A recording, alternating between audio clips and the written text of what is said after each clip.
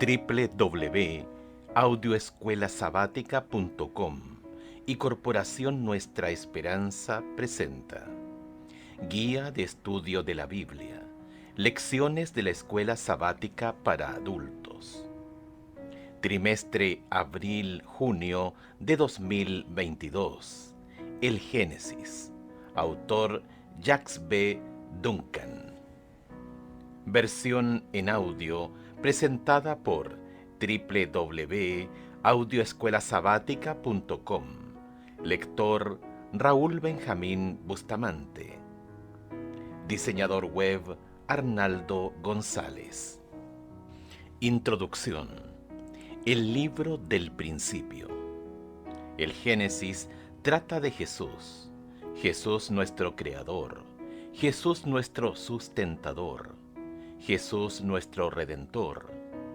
El apóstol Juan, quien escribió unos 1500 años después de que Moisés redactara el texto del Génesis, se remonta a aquellos tiempos hasta las mismas palabras del patriarca y revela a Jesús en el relato de la creación.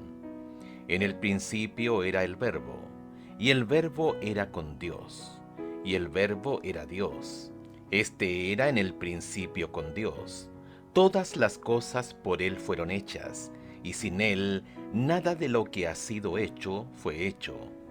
En Él estaba la vida, y la vida era la luz de los hombres. Juan capítulo 1, versículos 1 al 4. ¿Qué es esto que escribió Juan? En el principio se hicieron todas las cosas. Todas las cosas que una vez no existían llegaron a existir por medio de Jesús. Toda la creación, desde las galaxias que atraviesan el cosmos en asombrosos remolinos de fuego, y luz hasta el ADN, meticuloso tejido milagrosamente en la célula, y las ondas cuánticas, Jesús lo creó y lo sostiene todo. Y el libro de Génesis es la primera historia de la Biblia acerca de esta creación y de la redención de esta creación. Aquí, en este libro, está el único relato oficial del mundo acerca de nuestros orígenes. La palabra española Génesis deriva del griego Génesis, que significa principio, que a su vez deriva del hebreo Berechit, en el principio, la primera palabra del libro, por ende, la primera palabra de toda la Biblia. El Génesis nos da el fundamento, la base sobre la que descansan todas las demás escrituras, debido a que es el principio y es tan primordial para todo lo que viene después. Génesis es probablemente el libro más citado en el resto de las escrituras. Génesis es importante porque es el libro que, más que cualquier otra obra, en cualquier parte, nos ayuda a comprender quiénes somos como seres humanos. Una verdad especialmente importante ahora, en una época en que la humanidad se considera meramente un accidente, una creación fortuita de un universo puramente materialista. O como dijera un físico, los seres humanos somos barro organizado, lo que hasta cierto punto es verdad, aunque para él solo las leyes de la naturaleza lo organizaron.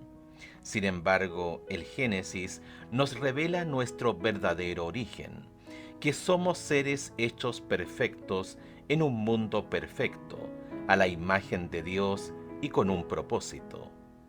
Génesis también explica la caída, es decir, por qué nuestro mundo ya no es perfecto y por qué nosotros como seres humanos tampoco lo somos. No obstante, el Génesis también nos consuela con la promesa de salvación de Dios en un mundo que, de por sí, nos ofrece mucho sufrimiento y muerte. Con sus historias dramáticas de creación, nacimientos, arcoíris y juicios, el diluvio, Sodoma y Gomorra, que dan testimonio de la santa presencia de Dios, Génesis es sobrecogedor. Pero Génesis es también un libro con conmovedoras historias humanas de amor, Jacob y Raquel, de odio, Jacob y Esaú, de nacimiento, Isaac, Jacob los hijos de Jacob, de muerte, Sara, Raquel, Jacob, José, de asesinato, Caín, Simeón y Leví, y perdón, Esaú y Jacob, José y sus hermanos. También es un manual de instrucciones con lecciones sobre ética, Caín, Babel, sobre fe, Abraham, Jacob, y sobre la esperanza y la promesa de redención, el aplastamiento de la serpiente, la tierra prometida. Durante este trimestre no solo leeremos y estudiaremos el libro de Génesis, también disfrutaremos de sus hermosas historias y aprenderemos a caminar mejor con el Señor de la creación, el Dios de Abraham, Isaac y Jacob. Mientras tanto, los desplazamientos geográficos del libro, de Edén a Babel, a la tierra prometida, a Egipto, a la expectativa de la tierra prometida, nos recuerdan nuestros viajes nómadas hacia el cielo y alimentan nuestra esperanza por la verdadera tierra prometida, el cielo nuevo y la tierra nueva. Al seguir a estos personajes a lo largo de las páginas del Génesis, descubriremos que, por más que el tiempo, el lugar, la cultura y las circunstancias sean muy diferentes, a menudo sus historias son también nuestras en muchos aspectos. Jack B. Duncan, doctor en letras y en teología, es profesor emérito de hebreo y exégesis del Antiguo Testamento en el Seminario Teológico Adventista de la Universidad de Andrews, Estados Unidos.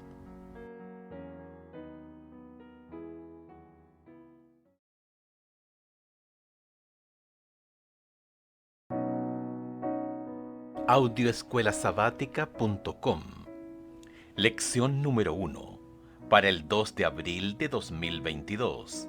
La creación. Sábado 26 de marzo. Para memorizar. En el principio creó Dios los cielos y la tierra. Génesis capítulo 1, versículo 1. El libro de Génesis, y por lo tanto la Biblia en general, comienza con los actos de creación de Dios. Este hecho es muy importante porque significa que nuestra creación marca el comienzo de la historia humana y la bíblica.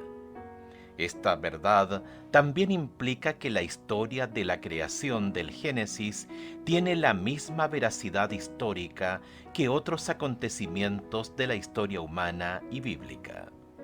Los dos pasajes de la creación en Génesis, capítulo 1 y capítulo 2, contienen lecciones sobre Dios y la humanidad. Al estudiar esta semana, comprenderemos mejor el profundo significado del sábado, el día de reposo. Reflexionaremos sobre el acto de Dios de crear a los seres humanos del polvo y a su imagen. Quedaremos cautivados por el propósito del árbol del conocimiento del bien y del mal y por su conexión con el árbol de la vida. La lección más importante de las historias bíblicas de los comienzos es sobre la gracia. Nuestra existencia es pura y exclusivamente un acto de gracia. Dios creó los cielos y la tierra cuando la humanidad aún no estaba presente. Al igual que nuestra creación, nuestra redención es también un regalo de Dios. Y cuán profundo es que ambos conceptos, creación y redención, se encuentren en el mandamiento del sábado.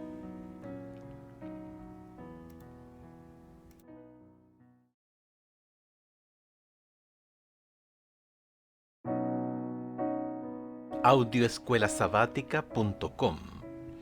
Domingo 27 de marzo. El Dios de la creación. Escucha Salmos 100, 1 al 3. ¿Cuál es la respuesta humana al Dios de la creación y por qué? Cantad alegres a Dios, habitantes de toda la tierra. Servid a Jehová con alegría. Venid ante su presencia con regocijo. Reconoced que Jehová es Dios, Él nos hizo, y no nosotros a nosotros mismos. Pueblo suyo somos y ovejas de su prado. En Génesis capítulo 1, el primer mensaje del relato de la creación es Dios. Ya lo escuchamos en la traducción. En el principio creó Dios. Génesis capítulo 1, versículo 1. En la primera línea, Génesis capítulo 1, versículo 1, la palabra Dios se ubica en el medio del versículo y la destaca el acento más fuerte en el canto litúrgico tradicional para enfatizar la importancia de Dios. Así que el texto de la creación comienza con un énfasis en Dios, el autor de la creación. A decir verdad, el libro del Génesis comienza con dos presentaciones diferentes de Dios. El primer relato de la creación, Génesis capítulo 1 versículos 1 al capítulo 2 verso 4, presenta a Dios como infinitamente alejado de la humanidad, el Dios trascendente, Elohim, cuyo nombre habla de la supremacía de Dios. El nombre Elohim de potencia y fuerza, y el uso de la forma plural de la palabra Elohim expresa la idea de majestad y trascendencia.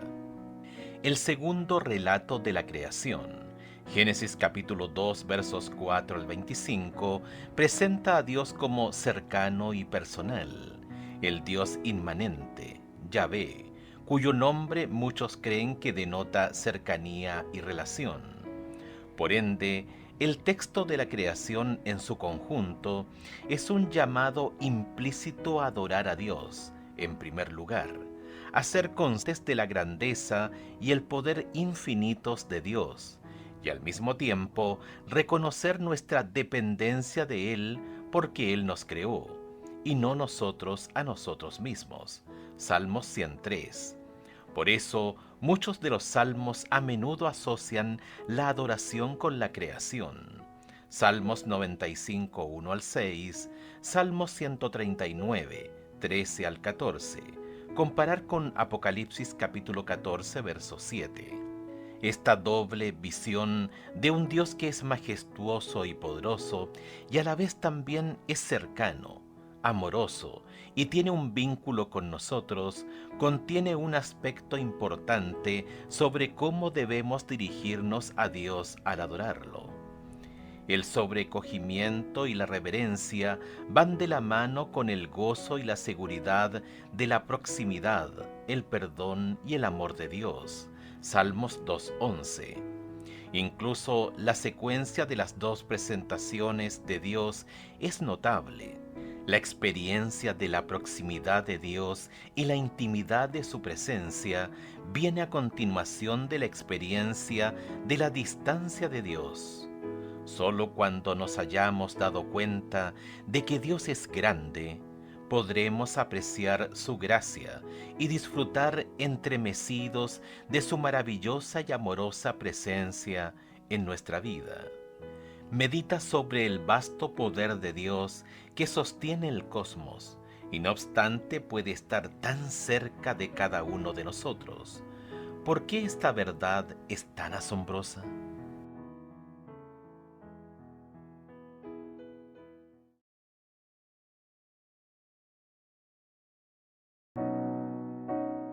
Audioescuelasabática.com. Lunes 28 de marzo. La creación. Escucha Génesis capítulo 1, versículos 4, 10, 12, 18, 21, 25, 31 y capítulo 2 versos 1 al 3.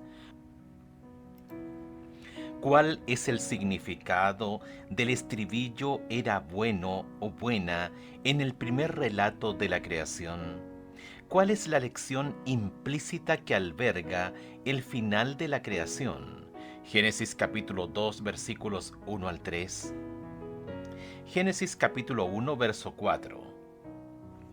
Y vio Dios que la luz era buena, y separó Dios la luz de las tinieblas. Versículo 10. Y llamó Dios a lo seco tierra, y a la reunión de las aguas llamó mares, y vio Dios que era bueno. Versículo 12. Produjo pues la tierra hierba verde, hierba que da semilla según su naturaleza, y árbol que da fruto, cuya semilla está en él, según su género, y vio Dios que era bueno. Versículo 18. Y para señorear en el día y en la noche, y para separar la luz de las tinieblas, y vio Dios que era bueno. Versículo 21. Y creó Dios los grandes monstruos marinos y todo ser viviente que se mueve, que las aguas produjeron según su género, y toda ave alada según su especie, y vio Dios que era bueno. Versículo 25. E hizo Dios animales de la tierra según su género, y ganado según su género, y todo animal que se arrastra sobre la tierra según su especie, y vio Dios que era bueno. Versículo 31. Y vio Dios todo lo que había hecho, y aquí que era bueno en gran manera, y fue la tarde y la mañana el día sexto. Génesis capítulo 2 versículos 1 al 3. Fueron pues acabados los cielos y la tierra, y todo el ejército de ellos. Y acabó Dios en el día séptimo la obra que hizo. Y reposó el día séptimo de toda la obra que hizo. Y bendijo Dios al día séptimo, y lo santificó, porque en él reposó de toda la obra que había hecho en la creación.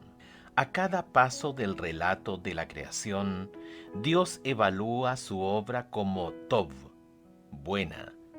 Generalmente se entiende que este adjetivo significa que la obra de creación de Dios fue exitosa y que la observación de Dios de que era buena significa que funcionó.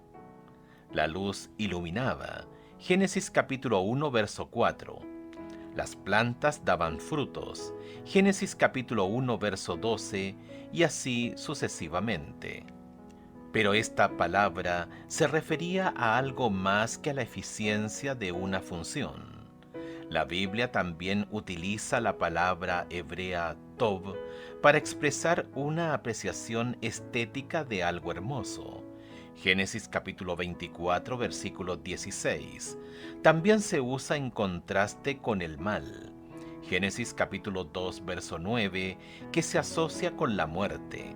Génesis capítulo 2 verso 17. La frase era bueno significa que la creación estaba funcionando bien, que era hermosa y perfecta y que no había maldad en ella. El mundo todavía no era como nuestro mundo, afectado por el pecado y la muerte, una idea que destaca en la introducción del segundo relato de la creación. Ver Génesis capítulo 2 verso 5. Esta descripción de la creación contradice radicalmente las teorías de la evolución, que afirman dogmáticamente que el mundo se fue configurando progresivamente mediante una sucesión de acontecimientos accidentales, aleatorios, partiendo de una condición inferior a una superior. En contraste, el autor bíblico afirma que Dios creó el mundo en forma intencional y repentina. Génesis capítulo 1, verso 1. No hubo nada casual ni azaroso en nada de eso. El mundo no surgió por sí solo, sino solo como resultado de la voluntad y la palabra de Dios. Génesis capítulo 1, verso 3. El verbo bará, crear, traducido en Génesis capítulo 1 como en el principio creó Dios los cielos y la tierra, aparece solo con Dios como sujeto y denota brusquedad. Dijo Dios y fue así. El texto de la creación nos informa que todo se hizo en aquel entonces, Génesis capítulo 1, verso 31, y que el mismo Creador consideró que todo era bueno en gran manera, Génesis capítulo 1, verso 31. Génesis capítulo 1, verso 1 declara el evento en sí, la creación del cielo y la tierra, y Génesis capítulo 2, verso 1 declara que el evento terminó, y todo se completó, incluyendo el sábado en 7 días.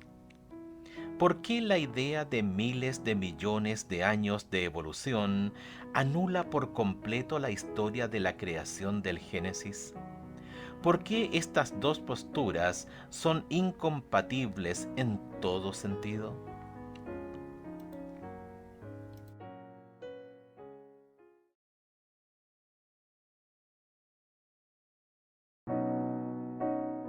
Audioescuelasabática.com.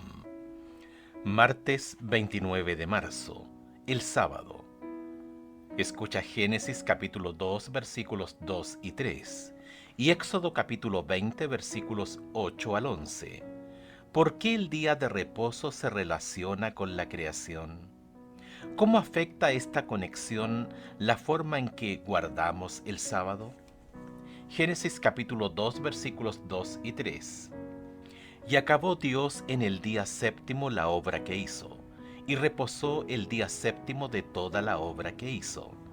Y bendijo Dios al día séptimo, y lo santificó, porque en él reposó de toda la obra que había hecho en la creación.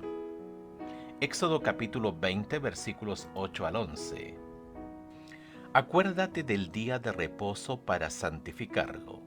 6 días trabajarás y harás toda tu obra. Mas el séptimo día es reposo para Jehová tu Dios. No hagas en él obra alguna, tú, ni tu hijo, ni tu hija, ni tu siervo, ni tu criada, ni tu bestia, ni tu extranjero que está dentro de tus puertas. Porque en 6 días hizo Jehová los cielos y la tierra, el mar y todas las cosas que en ellos hay, y reposó en el día séptimo. Por tanto Jehová bendijo el día de reposo y lo santificó. Precisamente porque acabó Dios sus obras de creación, instituyó el sábado. Por lo tanto, el sábado es la expresión de nuestra fe en que Dios terminó su obra en ese momento y que la consideró buena en gran manera. Guardar el sábado es unirnos a Dios en el reconocimiento del valor y la belleza de su creación. Nosotros podemos descansar de nuestras obras, así como Dios descansó de las suyas. Guardar el sábado significa decir sí a la creación, buena en gran manera de Dios, que incluye nuestro cuerpo físico. Contrariamente a algunas creencias antiguas y modernas, no hay nada en las Escrituras, ni el Antiguo Testamento, ni el Nuevo Testamento, que denigre el cuerpo como malo. Ese es un concepto pagano, no bíblico. Al contrario, los que guardan el sábado están agradecidos por la creación de Dios que incluye su carne, y por eso pueden disfrutar de la creación y la cuidan. El sábado, que marca el primer fin de la historia de la humanidad, es también una señal de esperanza para la humanidad sufriente y para el mundo que gime. Es interesante que la frase "acabó la obra" reaparezca al final de la construcción del santuario. Éxodo capítulo 40, verso 33, y nuevamente al final de la construcción del templo de Salomón. Primera de Reyes capítulo 7, versos 40 y 51. Ambos eran lugares donde se enseñaba la lección del Evangelio y la salvación. Después de la caída, el sábado al final de la semana señala el milagro de la salvación, que tendrá lugar únicamente mediante el milagro de una nueva creación. Isaías capítulo 65, verso 17, Apocalipsis capítulo 21, verso 1. El sábado es una señal al final de nuestra semana humana, de que el sufrimiento y las pruebas de este mundo también terminarán. Por eso Jesús eligió el sábado como el día más apropiado para sanar a los enfermos. Lucas capítulo 13, versos 13 al 16.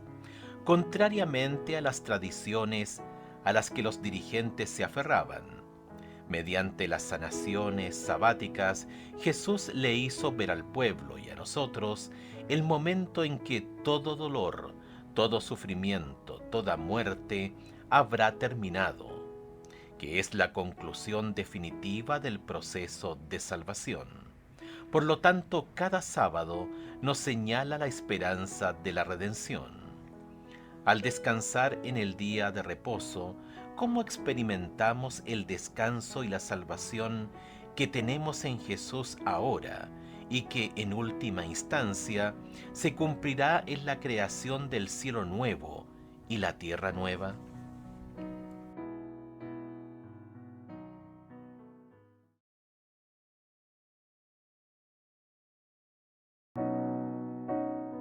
Audioescuelasabática.com.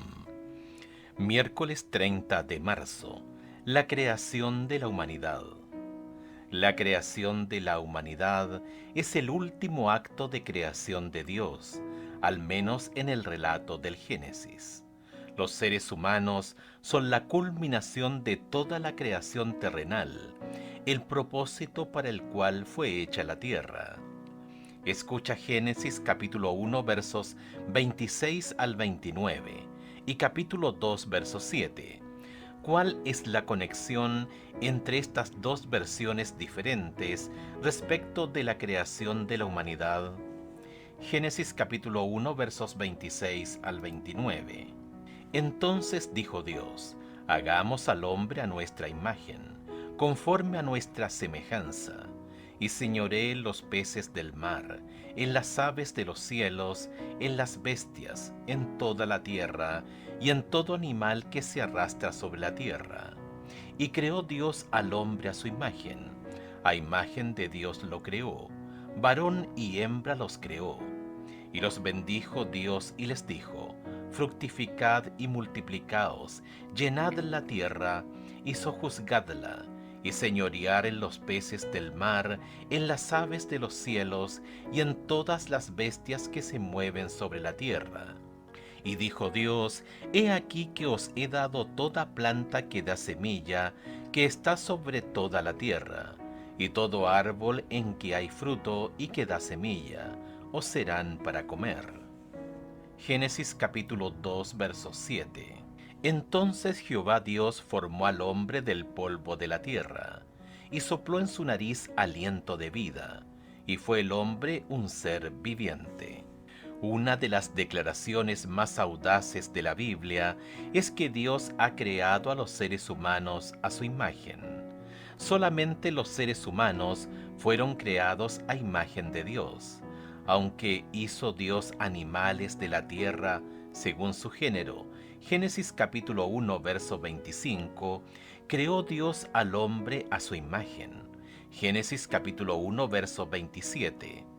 Esta fórmula a menudo se ha limitado a la naturaleza espiritual de los seres humanos, que se interpreta en el sentido de que la imagen de Dios significa solo la función administrativa de representar a Dios, o la función espiritual de la relación con Dios o de unos con otros.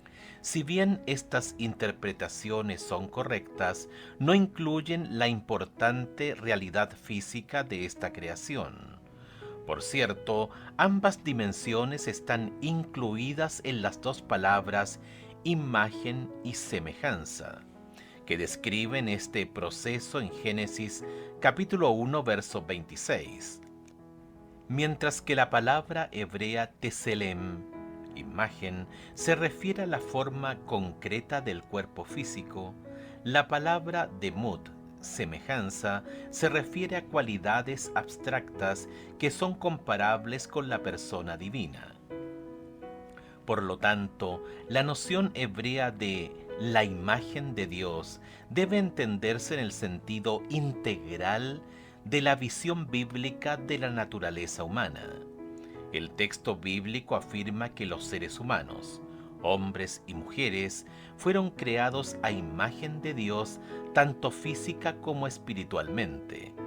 Como comenta claramente Elena de White, cuando Adán salió de las manos del Creador, llevaba en su naturaleza física, mental y espiritual la semejanza de su Hacedor. La Educación, página 15. De hecho, esta interpretación integral de la imagen de Dios, incluido el cuerpo físico, se reafirma en el otro relato de la creación que dice que fue el hombre un ser viviente. Génesis capítulo 2, verso 7. Literalmente, un alma viviente, Nefesh, como resultado de dos intervenciones divinas. Dios formó y Dios sopló. Fíjate que el aliento a menudo hace referencia a la dimensión espiritual, pero también está estrechamente relacionado con la capacidad biológica de respirar, la dimensión del hombre que fue formado del polvo de la tierra, es el soplo de vida, es decir, soplo espiritual y vida física. Luego Dios llevará a cabo una tercera intervención, esta vez para crear a la mujer del cuerpo del hombre. Génesis capítulo 2 versos 21 y 22. Una forma de enfatizar que ella es de la misma naturaleza que el hombre.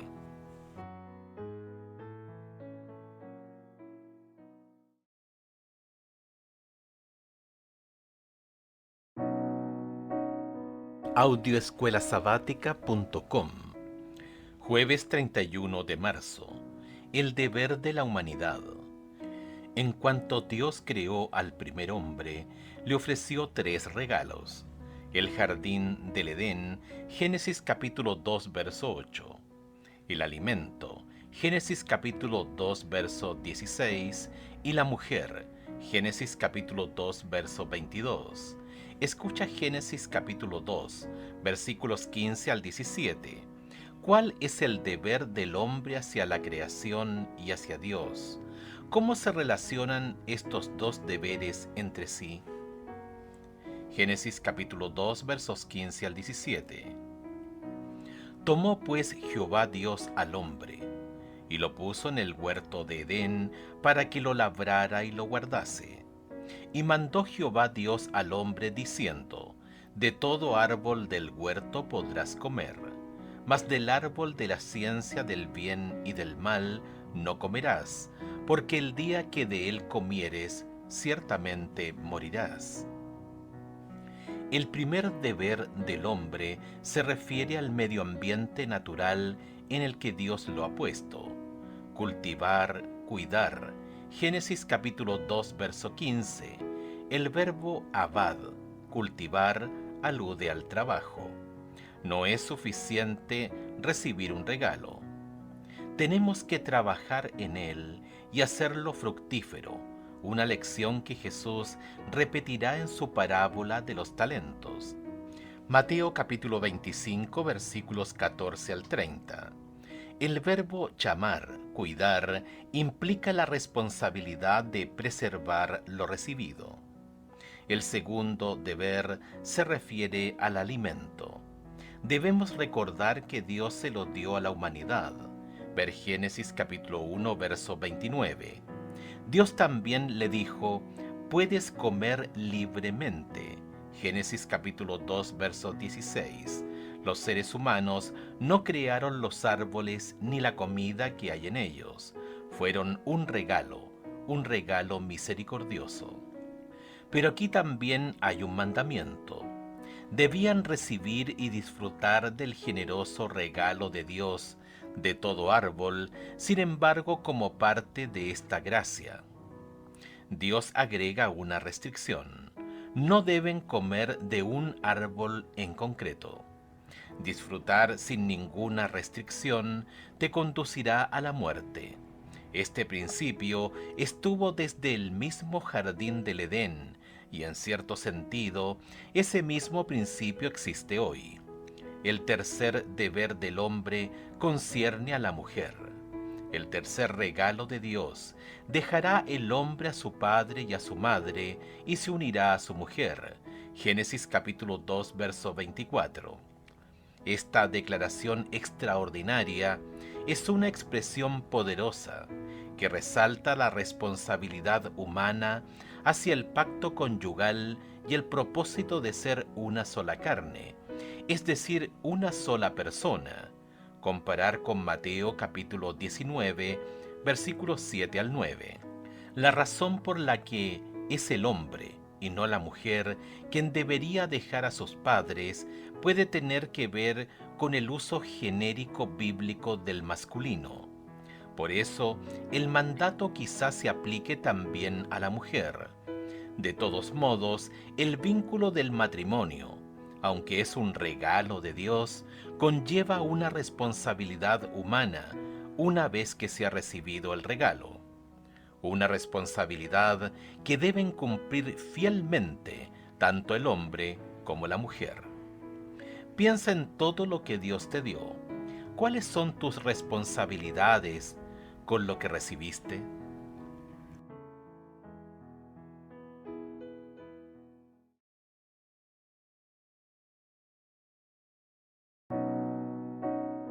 Audioescuelasabática.com. Viernes 1 de abril. Para estudiar y meditar. Lee Elena de White en La educación. La ciencia y la Biblia. Páginas 125 a la 131. La historia de la redención. La creación.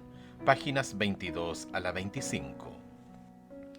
Puesto que el libro de la naturaleza y el de la revelación llevan el sello de la misma mente maestra, no pueden sino hablar en armonía.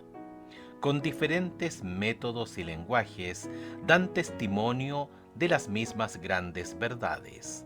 La ciencia descubre siempre nuevas maravillas, pero en su investigación no obtiene nada que, correctamente comprendido, discrepe con la revelación divina.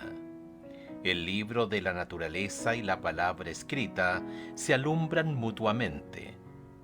Nos familiarizan con Dios al enseñarnos algo de las leyes por medio de las cuales Él obra.